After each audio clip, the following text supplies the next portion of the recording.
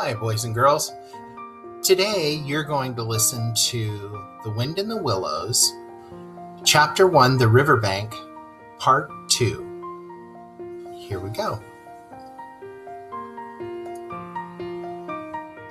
Leaving the main stream, they now passed into what seemed like a little landlocked lake.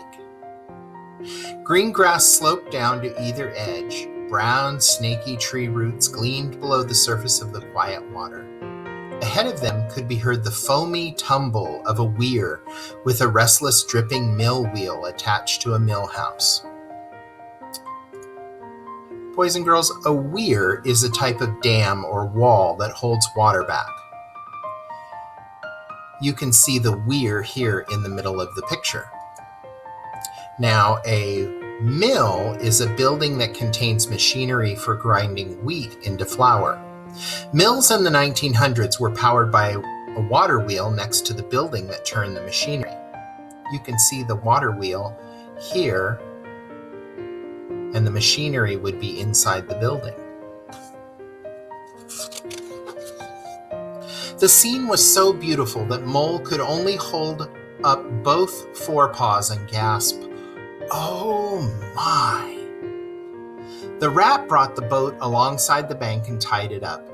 Then he helped the still awkward mole safely ashore and swung out the luncheon basket.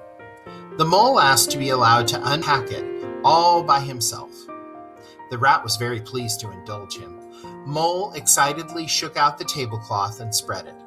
Then, one by one, he took out the mysterious packets and carefully arranged them, still gasping, "Oh my! Oh my!" When all was ready, the rat said, "Eat up, old fellow," and the mole, who had started his spring cleaning at a very early hour and had not eaten since then, eagerly set to work. What are you looking at?" said the rat presently, when the edge of their hunger was somewhat dulled and the mole's eyes were able to wander off the tablecloth. "I am looking," said the mole, "at a streak of bubbles that I see traveling along the surface of the water." "Bubbles? Oh," said the rat cheerily. A broad glistening muzzle showed itself above the edge of the bank, and the otter hauled himself out and shook the water from his coat. "Greedy beggars," he observed. "Why didn't you invite me, Ratty?" "This was a spontaneous affair," explained the rat. "By the way, meet my friend, Mr. Mole." "Proud, I'm sure," said the otter, and the two animals were friends forthwith. "Such a rumpus everywhere," continued the otter. "The entire world seems to be out on the river today. I came up this backwater to try and get a moment's peace, and then stumbled upon you fellows."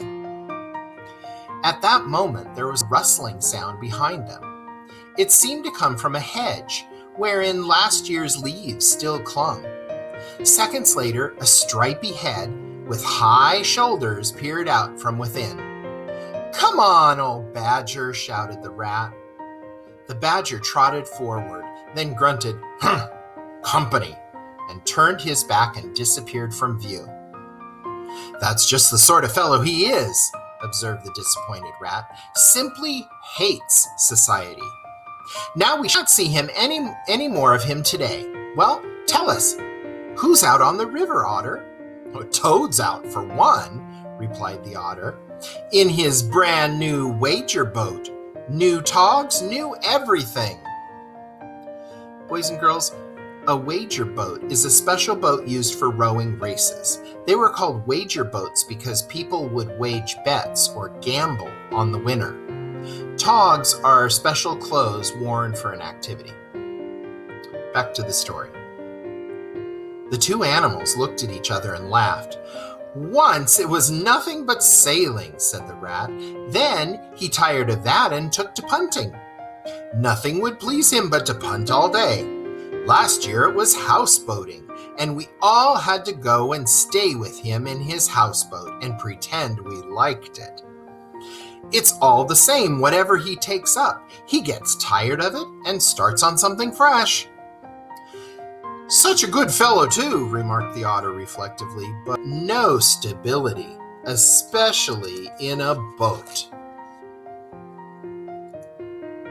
From where they sat, they could get a glimpse of the main stream across the island that separated them, and just then a wager boat flashed into view.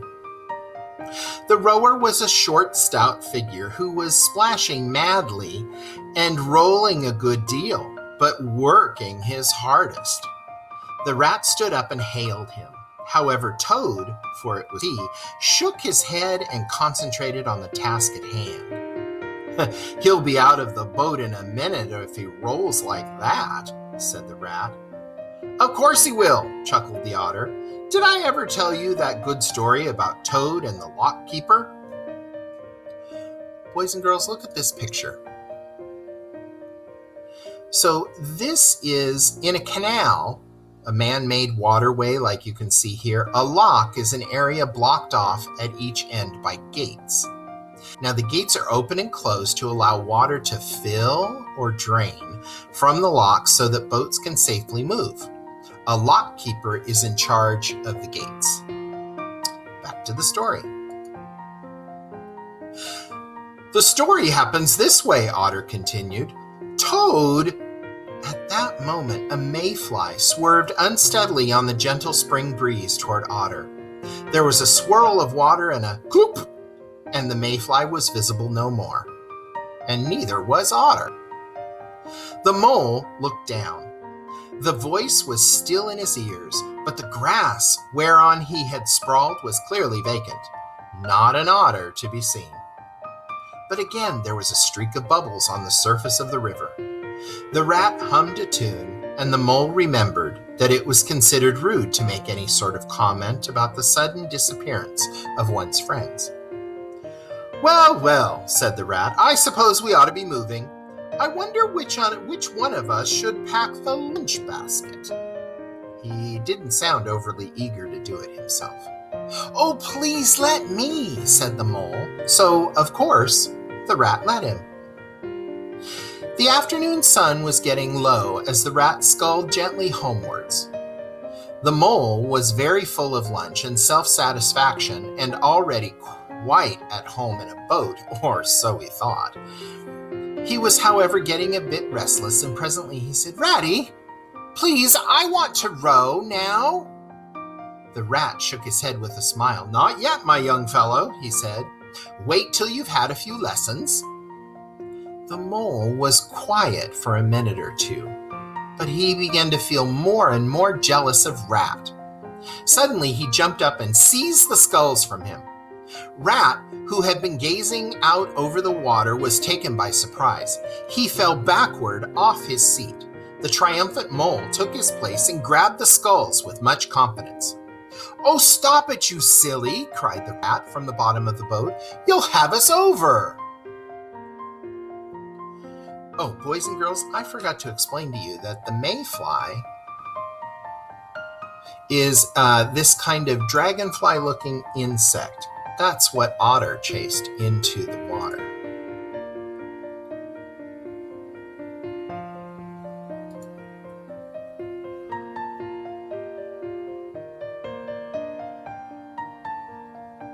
The mole flung his sculls back with a flourish and made a great dig at the water. He missed the surface altogether. His legs flew up above his head, and he found himself lying on top of the rat. Greatly alarmed, he made a grab at the side of the boat, and the next moment, sploosh! Oh my, how cold the water was, and oh, how very wet it felt. How it sang in his ears as he went down, down, down. How bright and welcome the sun looked as he rose to the surface, coughing and spluttering. How black was his despair when he felt himself sinking again. Then a firm paw gripped him by the back of his neck. It was the rat, and he was laughing. The rat got hold of a skull and shoved it under Mole's arm. Then he did the same with the other side of him, and swimming behind, propelled the helpless animal to shore. When the rat had rubbed him down and wrung some of the wet out of him, he said, "Now then, old fellow, trot up and down till you're warm and dry again while I dive for the lunch basket." So the dismal mole, wet without and ashamed within, trotted about till he was fairly dry, while the rat plunged into the water again. He recovered the boat, fetched his floating property, and finally dived successfully for the picnic basket. When all was ready to begin again, the mole, limp and dejected, took his seat in the stern of the boat. And as they set off, he said in a low voice, "Ratty, my generous friend, I am very sorry indeed for my foolish behavior. My heart quite fails me when I think how I might have lost the beautiful picnic basket. I've been a fool. Will you ever forgive me?" "That's all right, bless you," responded the rat cheerily. "What's a little water to a water rat? I'm more in the water than out of it most days. Don't you think any more of it. And look here, I really think you had better come and stop with me for a while. My home is very plain and rough, but I am sure I can make you comfortable, and I'll teach you to row and to swim." The mole was touched by his kindness, that he had to brush away a tear. But the rat kindly looked in another direction, and before long the mole's spirits revived again. When they got home, the rat made a bright fire in the parlor. He planted the mole in an armchair in front of it. He fetched on a dressing gown and slippers for him and told him river stories till supper time. Supper was a most cheerful meal. Shortly afterwards, a sleepy mole had to be escorted upstairs by his host to the best bedroom. There he laid his head on his pillow in great peace and contentment. This was just the beginning of their friendship and time together on the river. And boys and girls, that is the end of Chapter 1 from The Wind in the Willows, The Riverbank, Part 2.